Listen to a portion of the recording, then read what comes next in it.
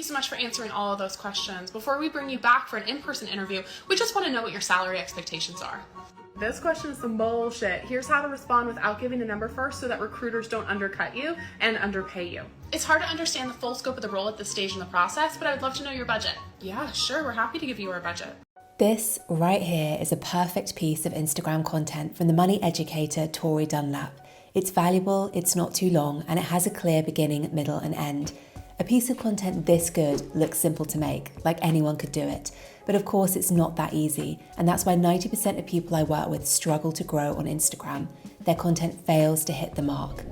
In this video, I'm going to walk through some common content mistakes using examples from real business owners and content creators, and give you some simple tips on how to improve moving forwards. Because there's such a variety of Instagram content types and different elements that go into a post, I've broken this video up into 4 categories: videos, carousels and text graphics, photos, and captions.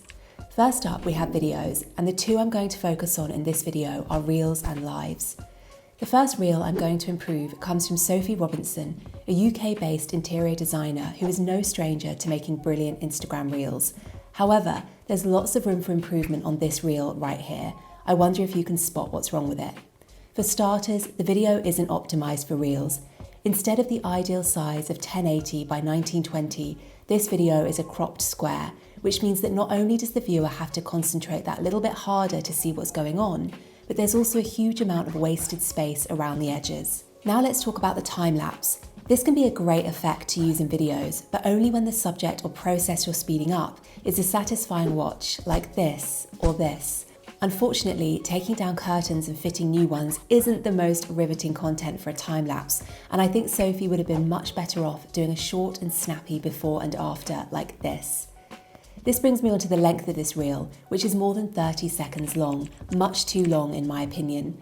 Sophie could have shortened this to 5 seconds, which would have held the viewer's attention from beginning to end, what is known as viewer retention. The better your viewer retention, the better your reach and engagement will be, and this is made a lot more achievable with shorter content. Now about that all-important hook, which is missing from this reel. When I see the headline, Living Room Update with Hillary's, am I intrigued to keep watching? Not really. A much better, juicier headline would have included a number or the promise of what's to come, like £100 living room transformation, or refresh your living room in less than 60 minutes, or before and after, the perfect blinds on a budget. Last but not least, the audio Sophie's used isn't a piece of trending audio, which is such an easy way of increasing the chances of your reel getting picked up by the algorithm and performing really, really well. Make sure to look out for the little upwards arrow when you're doing your reels research to ensure you utilize those trending tracks on your content. Next up in the video category, we have Instagram Live, the amazing format that enables you to have an immediate and intimate connection with your followers. I love live, but they are often done very, very wrong, as demonstrated by this TikTok from Luke Hamnet. Hi guys, welcome to joining my live. Just wait for a few more of you to join.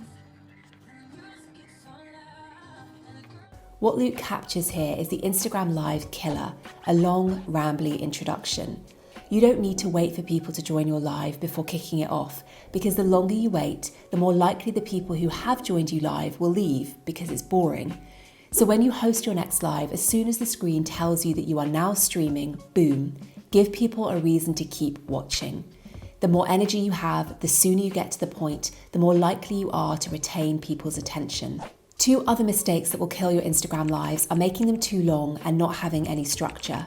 Aim to make your lives around 10 minutes long. If you're collaborating with somebody else, you can extend this time, but just make sure you have structure in place, like pre-agreed questions or talking points that will keep your live succinct and not waffly. Speaking of waffle, let's take a look at carousels and text graphics.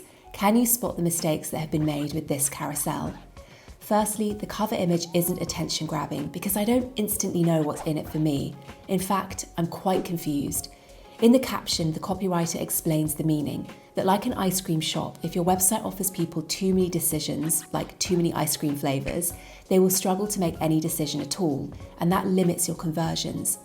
A better cover image for this carousel would have been why your confusing website is killing conversions, or 4 ways to simplify your website and increase sales in 2022, or how a simple website will make you more money.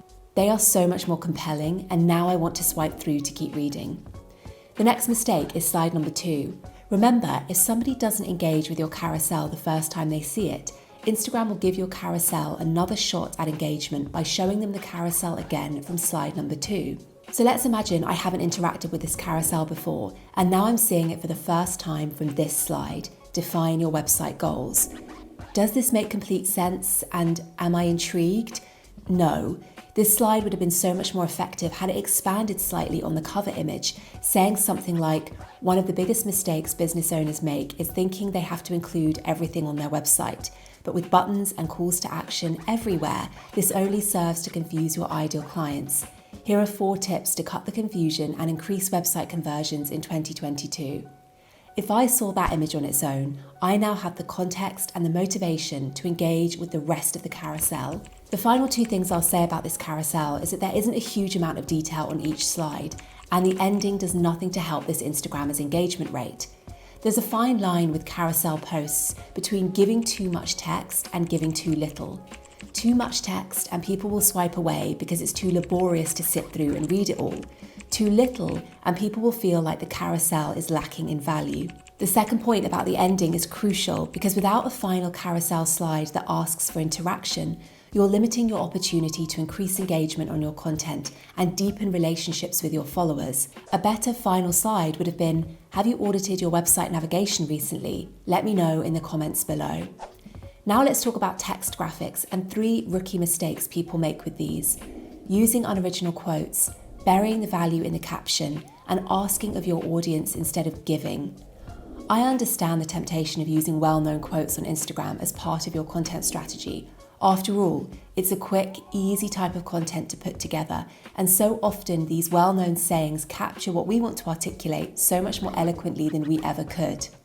The problem with this is that unoriginal quotes rarely generate much engagement from people because they've seen those words or words like them 100 times before. It's nothing new, it's not interesting, and it's not your unique perspective that helps them align or not to your beliefs and values.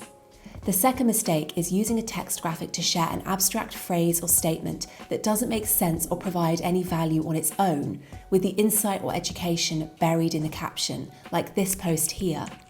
You have to remember that people will see your asset first before they get to your caption. So if it doesn't provide value in and of itself, it's highly unlikely that people will stop the scroll and click read more to read the rest of your caption. On a similar note, make sure your text graphic gives to your audience and doesn't ask something of them. That's because people browsing Instagram are doing so passively. They are scrolling and swiping, waiting to see what educational, entertaining, or inspiring content catches their eye. If they come across a post like this that requires them to think, they will just keep scrolling. Now let's talk about the OG content type on Instagram, photos. In 2021, Instagram CEO Adam Mosseri announced that Instagram is no longer just a photo sharing app. While this doesn't mean that photos are dead, it does mean that if you wish to continue sharing them, they need to be the best quality possible. Here's a few things to remember. Avoid sharing photos in landscape mode. Make sure photos are crisp, clear, and well lit.